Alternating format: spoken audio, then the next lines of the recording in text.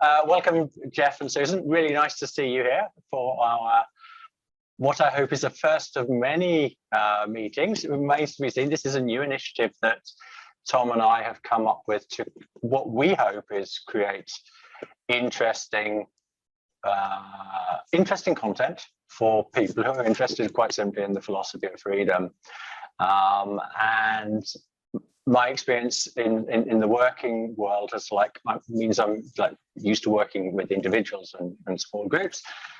So hopefully I'm going to be able to lead interesting conversations where people get to express their personal relationships to the content of the philosophy of freedom, because I think that is important for people, but also to get into the technical details, some of the more complicated issues that come up with, and the more interesting ideas that come up in the philosophy of freedom. And my dream, if I can call it that, for this project is that ultimately we'll end up doing 15 videos where we'll do each chapter where we have a talk around it. What are our takeaways from it? How do we relate to the content? And yeah, but that remains to be seen. That's for the future, isn't it? We'll see. This is what do they call a pilot episode in a show that's trying to get onto television? Yeah. Yeah, exactly. So what I'd really like is, where should we start? Perhaps with Susan, if that's okay. Susan, tell us a little bit about your relationship to the philosophy of freedom, how you came into contact with it, initial impressions, a little bit of background for the listeners, viewers. Well, first of all, I just want to say hi from Vancouver. It's always nice for me to know where people are calling from. So, yeah. Well, this was a very good exercise for me, was to go into the past and think about my relationship with the philosophy of freedom. And I have to actually start when I was 20, when I went to university for the first time. And I had some friends who were kind of philosophical types. Talking about interesting things, and my mind had never worked like that. It was as if a whole world had opened up. Philosophy, people talk about the meaning of life. So when I started first year university, I took a philosophy 101 course, and I thought, well, this is a really good place to start. I'll just get a survey of all the great philosophers. We had a philosophy lecturer. I can remember he had a very large forehead, and he would walk up and down the front of the class talking about philosophy, kind of with his eyes closed and his hand on his head. As if it was aching. I was like, and I just thought, wow, I wonder if all philosophers are like this. They're talking about what's going on in their own head, and how do I know whether it's true or not? This is my 20-year-old mind working. I would have to study all these philosophers, and then I have to write papers on them. And it's like a lot of work when I didn't really know whether they had a handle on the truth. A few years later, when I did get involved with anthroposophy, and I realized I was going to really study this for the rest of my life and be with other anthroposophists, I joined the society and that kind of thing. So when I found out that Steiner had written a book called The Philosophy of Freedom, that's when oh yes, now I can study this. So we had an anthroposophical study group here, a few of them way back in the 70s. And so I was with some old time anthroposophists, and we went through the Philosophy of Freedom. And I was about, 25 or 26. And of course, I didn't understand most of it, but there were a few things I really did understand that have carried me sort of all these years. So, and then go mention one of those bits, because it's so nice with these personal. Yeah, well, but I think the most important thing was motive for an action. If I had an impulse, just to really slow myself down, and what is my motive for wanting to do this? Is it based on pride? Is it fear? Is it doubt? So it really that might be the most important thing that the philosophy has taught me. And did you already get that on the first reading of it? Because it sounds like you got a far deeper take on it than the first time that I read it. Well, that was all the other things. I mean, he says so much in the Philosophy of Freedom. Yeah. All the other things just washed through my mind, and but that was what I understood, and it made a lot of sense to me. Thanks for that, Susan. What about you, Jeff? How did you wind up coming into contact with the Philosophy of Freedom? Maybe I was born with it. I had this great philosophy bug, but through my youth and teens and early adult years, but I never really knew how to pursue that when I didn't know what to do with it. Right? I didn't know where to go. I didn't know. I mean, I engaged with that bug very haphazardly at best, right? And I'd read I didn't read a lot, but I read the odd book here and there. I took a couple of classes in philosophy in university, but yes, it was very haphazard. But the bug was there. Somewhere in that zone of my life, I really came into alternative medicine, and then particularly into homeopathy. That's actually what I do now for a living, and maybe I'll say a bit more of that as we go here. But yeah, great. The school where I studied Heilkunst and homeopathy, actually, like the program I did is very grounded, not just in Hahnemann, as one of our very, very major sources of study and knowledge and everything, but two other key figures, Rudolf Steiner and Wilhelm Reich. So we kind of have this really powerful system between the three of them. And there's other figures in there as well, but those three are like, three, I don't even know what words to use, but they're very, very powerful figures. And when you put them together, you get something extra powerful. So yeah, all that to say, so there was my Heilkunst school, and the Steiner and Reich. Now, the Steiner in school, of course, we were mostly focused on the medical aspects, what he taught in terms of dynamic physiology, the four bodies, physical, etheric, astral, ontic, and so on and so forth. And with just some hints of, there was much more to Steiner. We didn't formally do those. We didn't do the Philosophy of Freedom or anything like that in that school. But just me being who I was, I just became more and more interested. Oh, and another parallel thing was happening. My wife's son, he was young at the time. He was in grade school. He was having a hard time in mainstream school.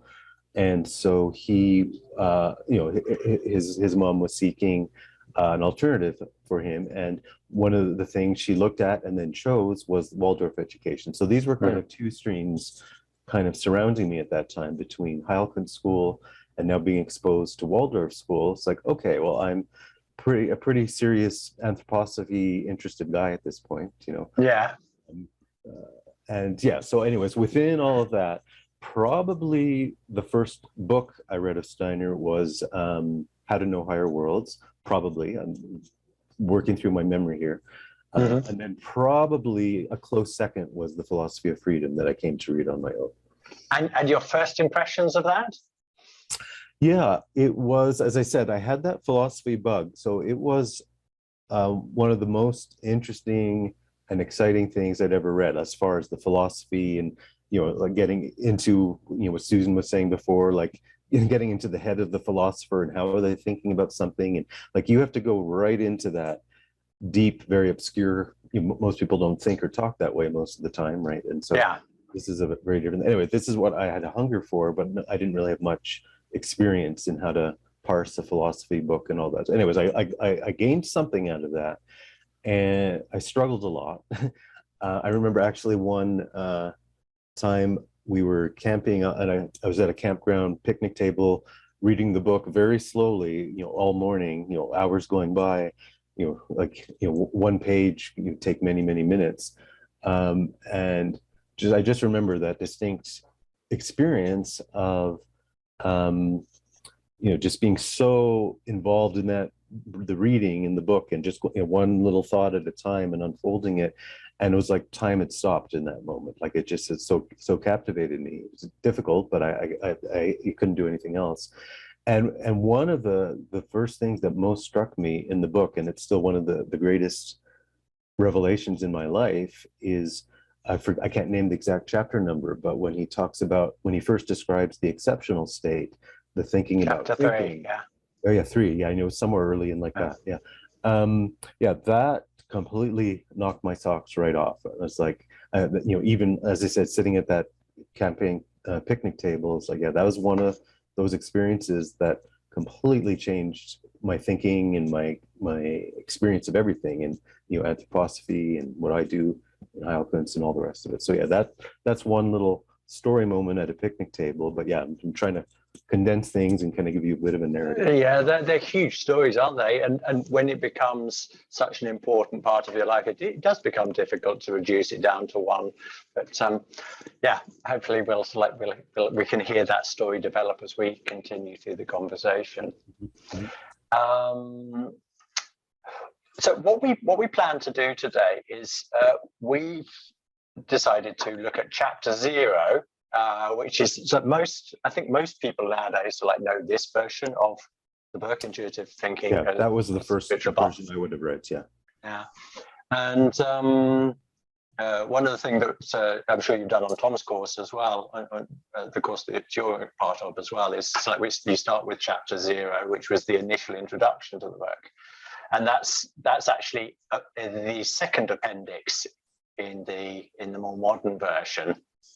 This is just for reference for people that might be listening. And what we said we were going to do was look at that, just focus on that chapter this time, and pick out a couple of points that were particularly poignant for us, and see if we can create some sort of conversation just around those points, and see where it leads us in conversation. Susan, so if we go to chapter 0 stroke appendix 2, when you reread that, which tell us about one of the parts that really stuck out for you, and why. Well, there is a part under Practice Pure Thinking, and the quote is, "A sincere willingness to withdraw oneself from the immediate impressions of life and enter the realm of pure thought." And I was trying to think of a story with that. And I go back to my early years as a Waldorf teacher when I was in my late 20s. And I really did believe I should meditate, but I couldn't find the time to do it. And I was just so busy. And it was as if it was coming from the outside. We all Waldorf teachers are supposed to meditate, but I didn't quite feel it or believe it inwardly until once at our college meeting, we had a visit of a doctor, an anthroposophical doctor was visiting. And he was talking about meditation. He said that if he didn't do the meditations, then he wouldn't have the strength to do what he had to do during the day. That was like the penny dropped for me, because I found Waldorf teaching so hard. Every morning it was like going up a mountain in a way, but I loved it, but it was hard.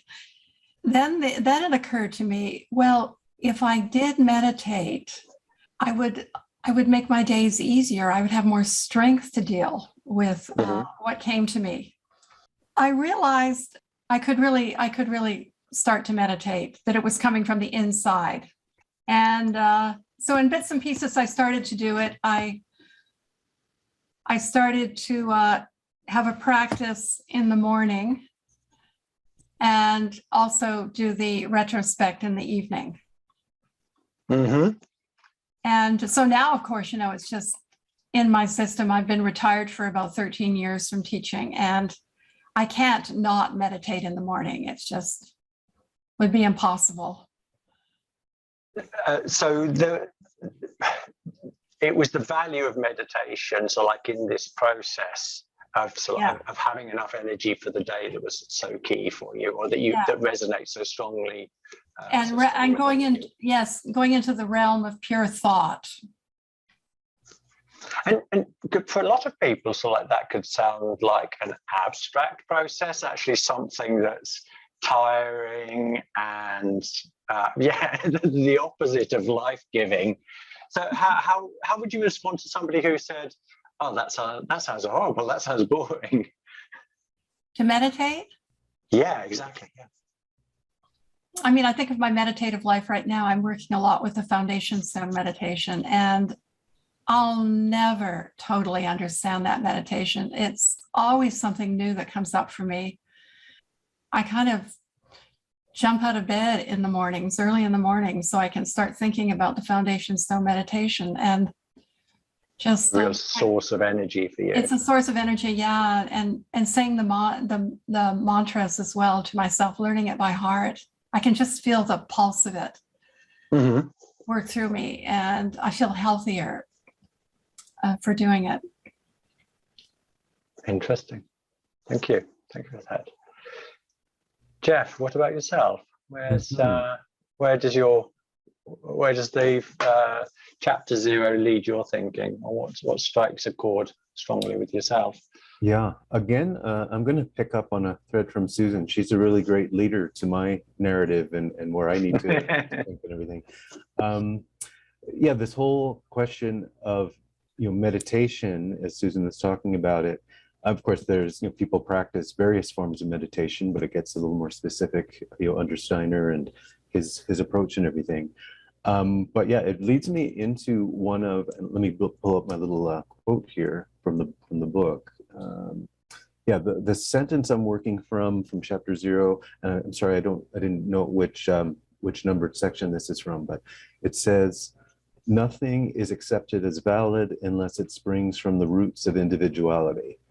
Yeah, right at the beginning. Yeah, the sovereignty of the individual. Yeah. Okay, and why I'm starting in with this, and why I'm linking it to what we're saying with meditation and pure thinking, and all of that being a source of strength and vitality for the person, as opposed to abstractions, which can be quite devitalizing. And this quote, it says a lot to me, actually. There's it's only a few words long, but there's so much in that one phrase. And two words in particular, the two really key words for me are roots and individuality. Each one of them has so much in them, is in each of those words. The word roots really gets earlier I was talking about those three major figures in Heilkunst, Hahn, Steiner, and Reich. And we can, it's almost like we can create an imaginary tea party between the three of them and put forward that question of, well, what do you mean by the roots of humanity, the roots of consciousness and everything? And they'll each have kind of their own language and their own answer, but they're really all going to be saying the same thing from different perspectives. And this idea, like what Susan was just saying a minute ago, of that pure thinking being this source of vitality, that points to what I'm talking about of where is man rooted? Well, in the ultimate root of mankind is in pure thinking. Most modern day materialists would say something very different. They would say, oh, man is rooted in atoms and molecules, and we're just part of, we're this after effect of the Big Bang, and we're just swirling particles moving through the world or whatever. But no, that is not a root. That's not real in that sense. And this root of pure thinking really gets us right into the health and the vitality and the consciousness, of course, the philosophy of freedom, and being able to think through your moral choices, the whole major thesis in the book. But yeah, anyways, that one word root, as I said, has all of these associations for me. And yeah, it's equally tied in with this word of individuality, where all of this is sourced within each individual person. Like at the center, the source of each of us, each person, we have this powerful root, as opposed to much of the modern ethos, the cultural and the political ethos, and I won't say some of the bad words that get people banned off. But you know what I'm talking about. Yep. Yeah, these are all coming from philosophies of the anti-individual philosophy. It's like, well, let's do things from and for the collective, and so on and so on. So anyways, to me, those two words, root and individual, you can kind of join those two words together and really create probably the whole philosophy of freedom book, if you can generate them out of those two words. Thank you. I'm going to add mine, because what you just said, Jeff, ties in very nicely with the one of the parts that it strongly resonates with me is so like where we are in our development of consciousness, which Steiner goes into great details beyond. It's like in his anthroposophical literature, but we are really moving out of this phase of just being able to believe. Many people moved out of it a long time ago. It is no longer enough to believe. We want to know. And this idea that there really are no limits to knowledge. Even one of the chapters is what are the limits of knowledge. I think it might be chapter 6. I'm not sure. But this is like part of my deep attraction to Steiner and the philosophy of freedom, and by really digging into experiencing directly what thinking is in its essential nature, it does become a question of experience of something rather than a mere belief, and that's an experience that can grow.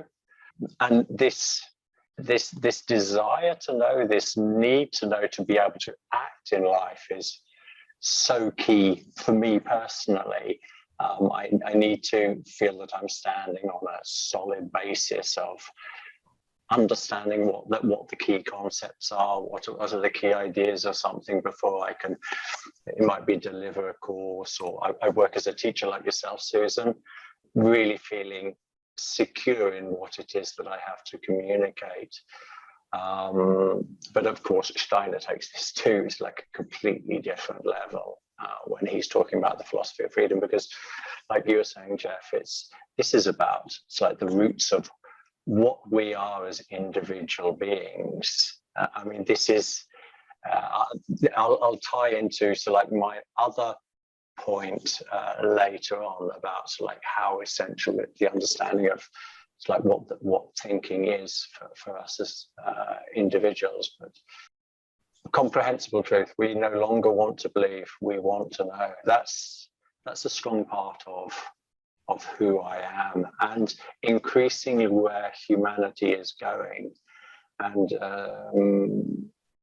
I think it's very interesting looking at societal phenomena from this perspective as well. The role of the church, how that's changed in the last century especially. That increasingly there's a spiritual hunger out there. There's a hunger for people to understand what they really are in this universe, in this cosmos. They turn to the church, or let's call it organized religion. This probably might be a better way of describing it. And finding that all they're doing is encouraging us to believe rather than knowing, which I think leads to a lot of people feeling not everybody, some people are happy just believing. That's where they are in their development. But a lot of people have come through the educational system, which develops the capacity to think critically, to take arguments apart, and they no longer feel capable of believing. So I think that's why this particular sentence touches me so profoundly. Should we move on to Susan? Have you got a second point that you wanted to talk about? I do. And now this is where I've got, it's 0.8 principles that serve life. Is there one part in here that says ideas become powerful forces in life? Yeah, I have a little story about this that's actually happening right now. Because here in Canada, we're celebrating the 100th anniversary of the refounding of the Anthroposophical Society. Mhm. So we're working on a national level, and it looks like we're going to have a conference. But then some people have agreed to work on a local level too, to form a local group of people that begin to think about what really inspired the Christmas conference, 1924-25. So, of course, Rudolf Steiner wanted all of us to be people of initiative. And so what does it mean to be a person of initiative? And so a couple of months ago, there was a group of about 3 or 4 or 5 people. And we got together, we decided we were going to meet once a month. And we were going to look at a lecture that Steiner wrote on the 17th of June, 1909. It's called Involution and Evolution, Creation Out of Nothingness, which has got to be one of my all-time favorite lectures of Steiner, not just me, but other people I run into. So we thought we would study that and work with initiative, and that we would try to share initiatives that we started in our own lives with our little group. So I write poetry, so I would share a poem, and somebody else is a visual artist, so she would bring in something where she had just sort of created something out of nothing, just putting it together. And it was a really good group. But then people started to get busy. Oh, people started to drop out. So we were supposed to meet this Sunday. So I sent an email around to everybody, can we meet? And when somebody says, no, I can't because this is happening, or no, I can't because something else is happening. And so I sent an email around, well, maybe we finish with that book, that lecture rather. Maybe the time isn't right to just continue with this group because we've got things that are happening in our lives and so on. Well, 2 or 3 people got back to me right away. No, we can't let this go. And I'm going back to that quote again about the idea is a powerful force. And it has a life of its own. And it's a good idea to think about what inspired Steiner with the Christmas conference. It's a really good idea. So for us to drop it's not right. Somehow it's like, no, we have to keep this going, but maybe in a different way, maybe not the same way. So we're going to continue, and we're going to work with the lecture and the foundation stone meditation, but we're going to do it through email. We're going to do it individually. Maybe we'll have Zoom calls. We won't have a regular thing going, but anybody can call us, organize a Zoom call for people that are available. And we just keep it alive and in a different way. Myself, I don't follow a formal meditation practice. I'm certainly aware of various Steiner exercises, and I've done them at different times. But what I realize is my meditation practice is actually in the clinic in terms of the active diagnosis one-on-one with the patient. That's a very I bet if I can join that tea party, with Steiner and Hahnemann and Wright, and they give me 30 seconds of airtime, like that would be a great gift in itself if I could speak to those 3. But if I presented that to Steiner, the form of what I just called diagnostic meditation, let's say, to coin a term, that he would actually wholeheartedly approve it as an official anthroposophical exercise. In the sense that you're trying to just like enter with communion with something that does know the answer. Do you mean it in that sense, or? Partially, yes, that includes that, and I also mean in the sense of kind of the participative intermingling of the two persons and their thought processes kind of coming to in a co-creative way, kind of coming to the real diagnosis, not the, there's so many fake diagnoses in modern medicine, but yet to come to a true diagnosis requires a very different kind of living thinking. Yeah. Great. Thank you. Jeff, your second point. Oh, yes, indeed. Let me see here. Okay, so this is a bit longer. This is about 2 to 3 sentences. And again, I don't have the paragraph number written down. I hope you can find this. I'll find it. He says, "We do not want to cram facts of knowledge into an immature person or even a child. We try to develop the child's capacities in such a way that his understanding arises from within and compulsion becomes unnecessary." So yeah, a lot of repetition of where we've already been in this chapter. The individual as the source of knowing, and so on and so on. But what I wanted to pull out of this, we kind of get this very direct parallel. What's obvious, of course, in the language here between what we would think of in Waldorf education and the role of the teacher in relation to the child, and not, I love his expression, not cramming facts of knowledge in. Of course, modern schooling does that pretty much exclusively.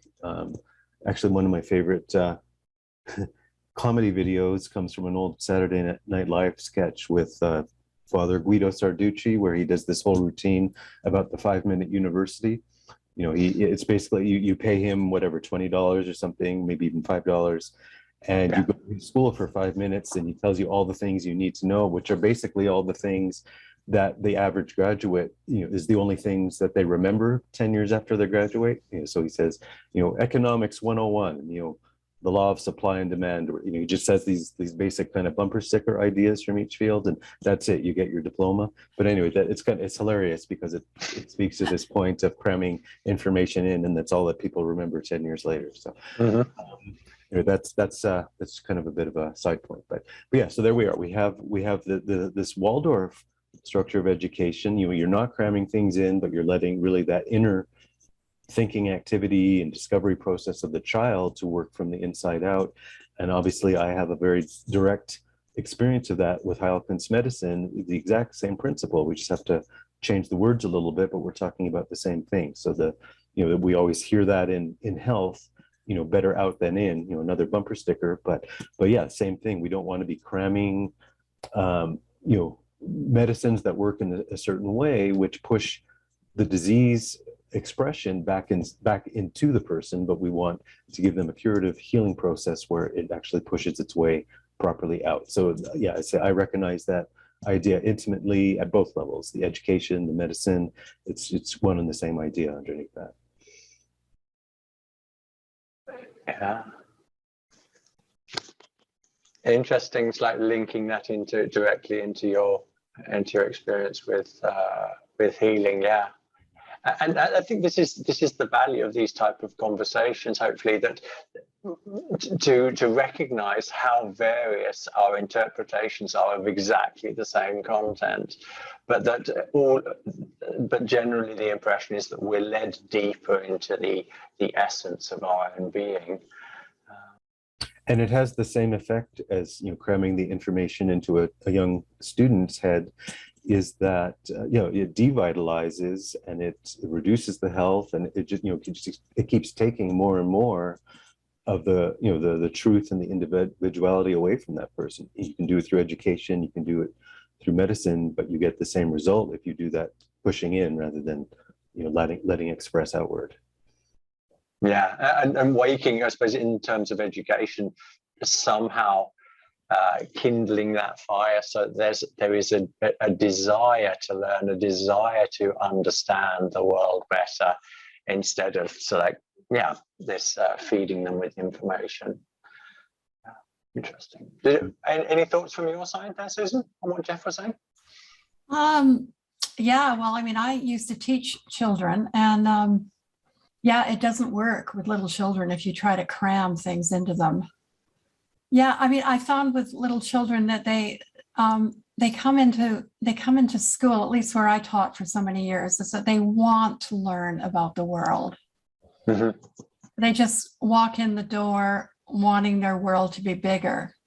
So as long as you don't get in the way of that, their will is just something natural. Yeah, I mean, I always found working with little children, I always figured out what they were really good at and made sure that I knew that and that the class knew that too. So yeah, I mean, if they feel that if they feel good in your eyes as a teacher.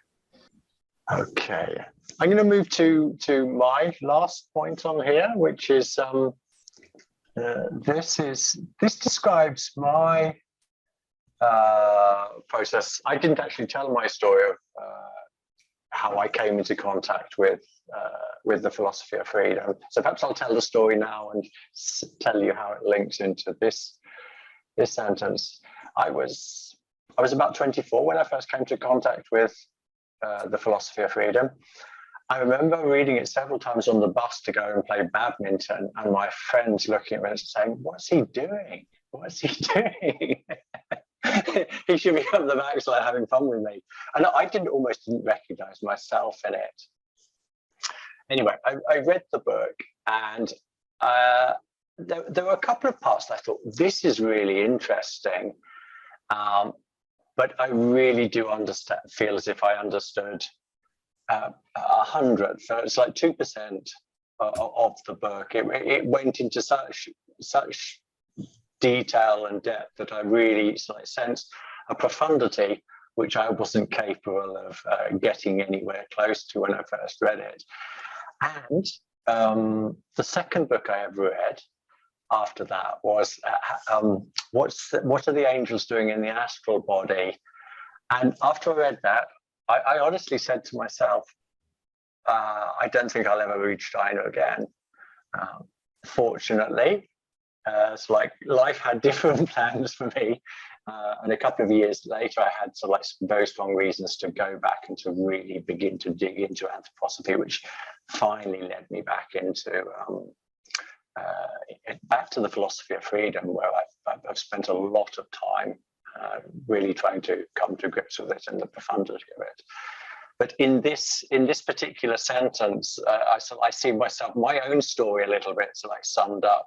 The reader will be led first into somewhat abstract regions where thought must draw sharp outlines if it is to reach secure conclusions. But it will also be led out of these arid concepts into a concrete life. And I wonder if this is the experience of a lot of people who read the philosophy of freedom for the first time.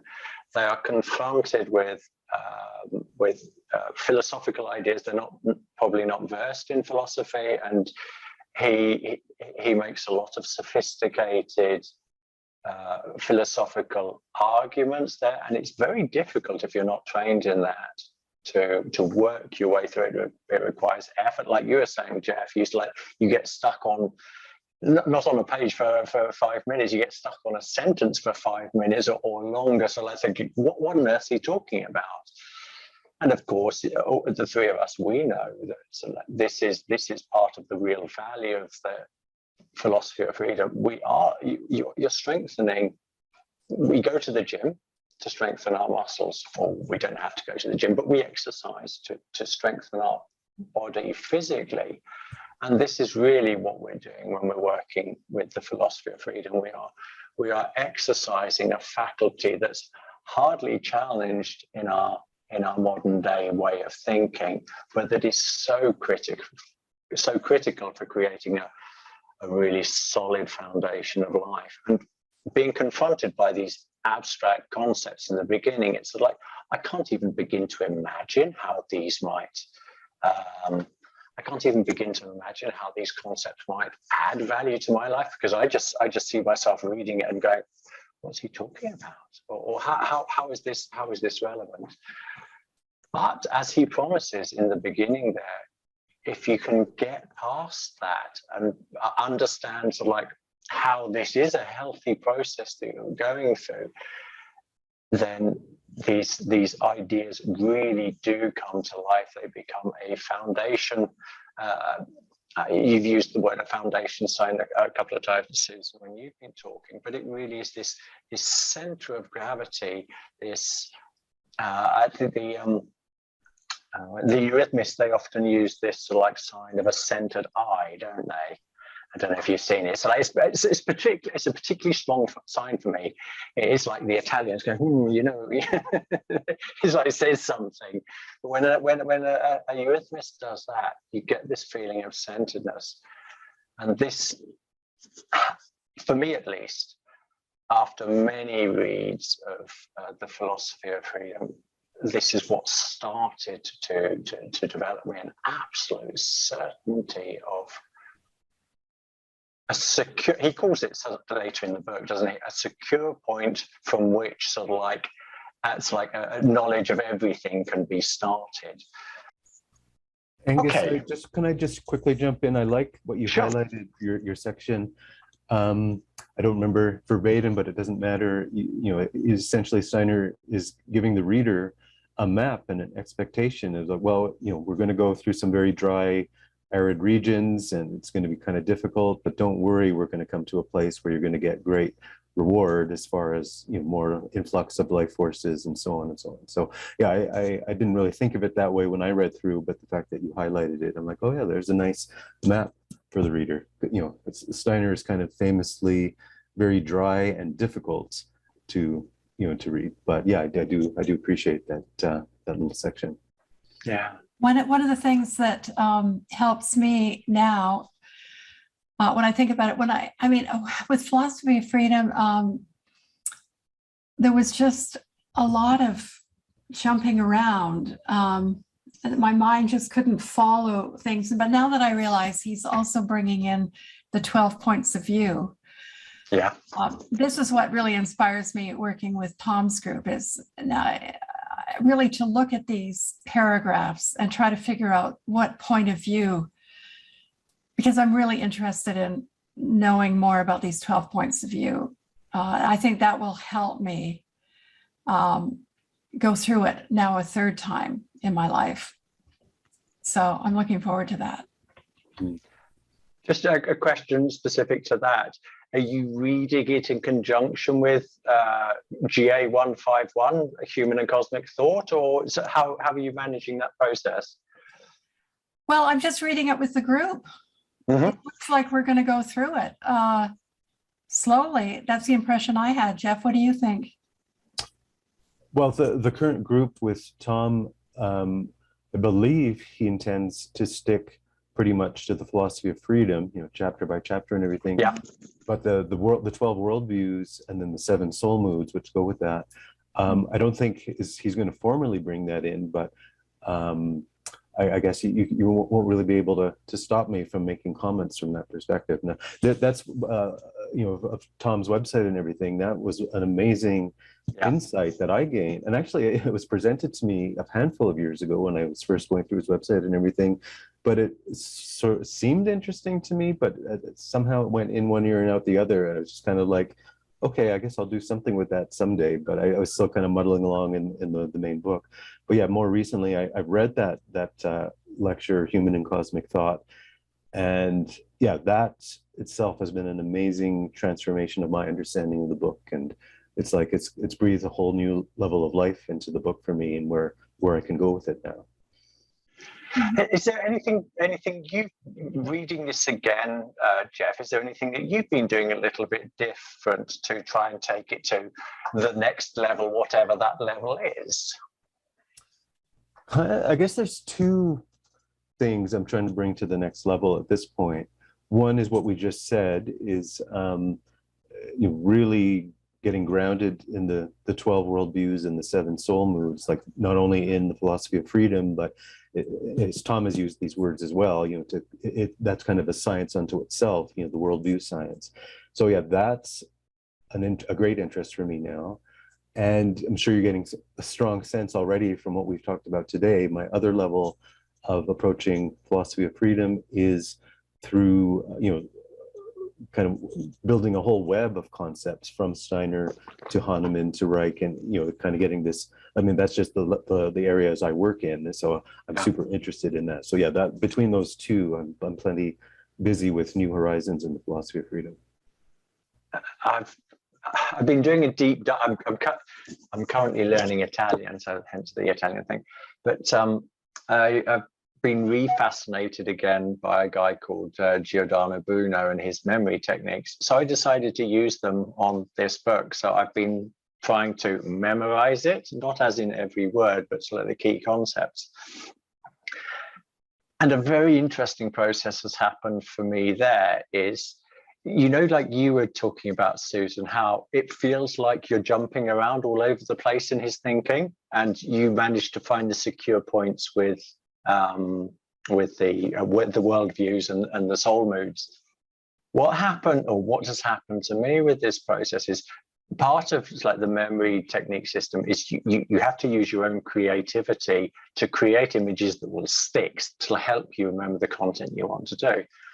But what obviously, if you're trying to remember those 14 chapters, what you realize is like when you see the same idea again in different ways, you just go, oh, I can reuse that image in the new setting that I've got in my memory technique. And all of a sudden, what seems like a huge mess of ideas, it isn't that. And you see how he flags something that he's going to talk about in chapter 6. Its seed is already in chapter 2. And this is one of the wonderful things that I've gone through in the last couple of months as I've tried to like do this type of process, to begin to experience it genuinely as something that is organic. Really, I'm going to make a bit of a drastic statement here, which I might regret, but it's almost as if you only need to read the first chapter, and it's almost all there, or might be better to say chapter 1 and chapter 8 for select the whole thing. But it's all there in seed form in those chapters. But we need the help in sort of like developing this clarity of thinking, so that it becomes this full-blown direct experience of something. Wow, this is real. This is real. This isn't like some type of arid thought. This is real. Yeah, I mean, the whole concept of living thinking, you know, what does that mean? That's another reason why I'm reading this book. Yeah, have you got an answer for that, Jeff? Because it's a wonderful question. I have the beginning of an answer, but I think we'll continue to answer it, you know, time to come. But yeah, I mean, for what the simple beginning answer for me is what we referred to earlier in chapter 3 of the exceptional state of thinking, where in contrast to our ordinary state of thinking, where we use thinking to think about things, you know, what you're doing in your life, and there's a tree and I'm in my car, and you know, we're thinking about things. But in the exceptional state, it's called exceptional because we generally aren't doing this, you know, not automatically at any rate.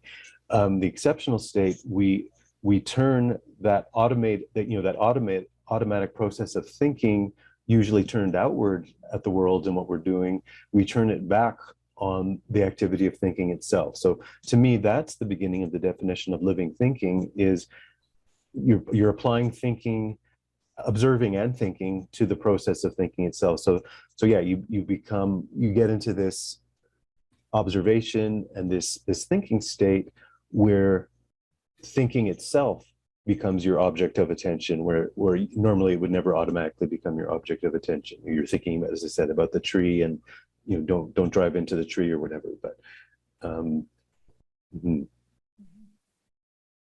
I had a bit of taken from A Human and Cosmic Thought, where he's using the triangle as an example of it's like you never see the concept, you only see examples of triangles.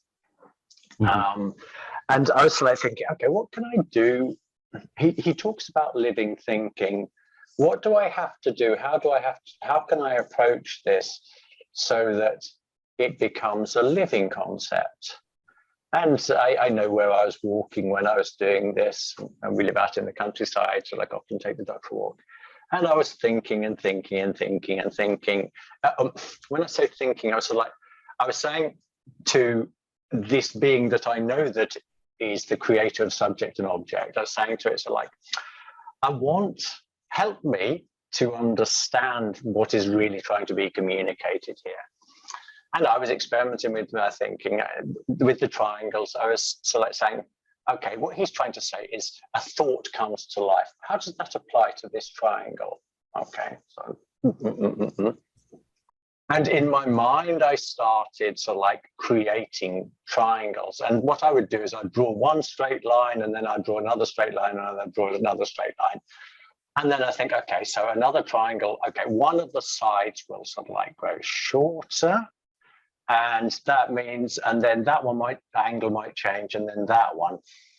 And as you can hear from my description, it sounds quite clunky, doesn't it?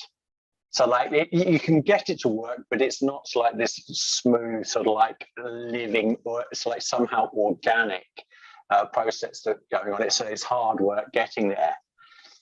Anyway, I was playing with that idea, was like going through my mind. It was like just in my mind creating lots of different shaped triangles. And then all of a sudden, I thought, the thought came to me, the thought happened in me, let's put it like that. All I need to do is I just have to move 3 points around, and they can be moving around sort of like however they like. And all of a sudden the lines just join themselves up in there. And all of a sudden I had this fluid, it's like experience of what the concept of a triangle was, the possibility of every triangle that's sort of like ever been, that has ever been. But so like somehow, but in a slight way, an experience of what a living concept is. It's all of the possibilities in one, and that was one thing that's it's like that happened to me recently. And I don't. It's very difficult to know how even that comes across, because I think I'm explaining the process quite clearly. But I mean, you guys could be sitting there thinking, no, sorry, Angus, I don't know what you're talking about. Well, what happens when you're listening? I'm trying to relate it to something I know. And I'm just, I mean, it's just so wonderful to actually go back into my past now and think about the philosophy and early days at the Waldorf School. And I can remember we had one teacher, and I felt every time he talked to me, it was as if he was experiencing me for the first time. And there was just something living. He didn't have these old concepts about who I was and what I'd said before. And he was just interested to know what I thought about whatever he was talking about with me. And I mean, it was just so, it just made an impression on me. Mm-hmm. Way when you're approached with somebody who you know pretty well, and there's no fixed idea that person has on you. There's just a living quality in his thinking, and it kind of passed on to me too. And I always felt refreshed after talking with him. So. Yeah, but the business with the triangles. Yeah, I mean, I just, yeah, interesting. We've all got our own route there, haven't we? Got our own. Something popped up in my mind as you were describing these, the living concept of the triangle, and how the points move and all of this. I remember reading that in the Steiner lecture, but yeah, a new idea kind of came to me, as triggered by you, which was this this advice that's given to writers, writers of poems or stories or whatever. The advice is often to write. If you write something really specific and concrete, that it actually speaks to the reader through a universal concept, right? So I'm going to maybe make up the worst poem ever, but let's say someone writes a poem that gets to the universal ideas of cats, but they do it through writing about one specific cat.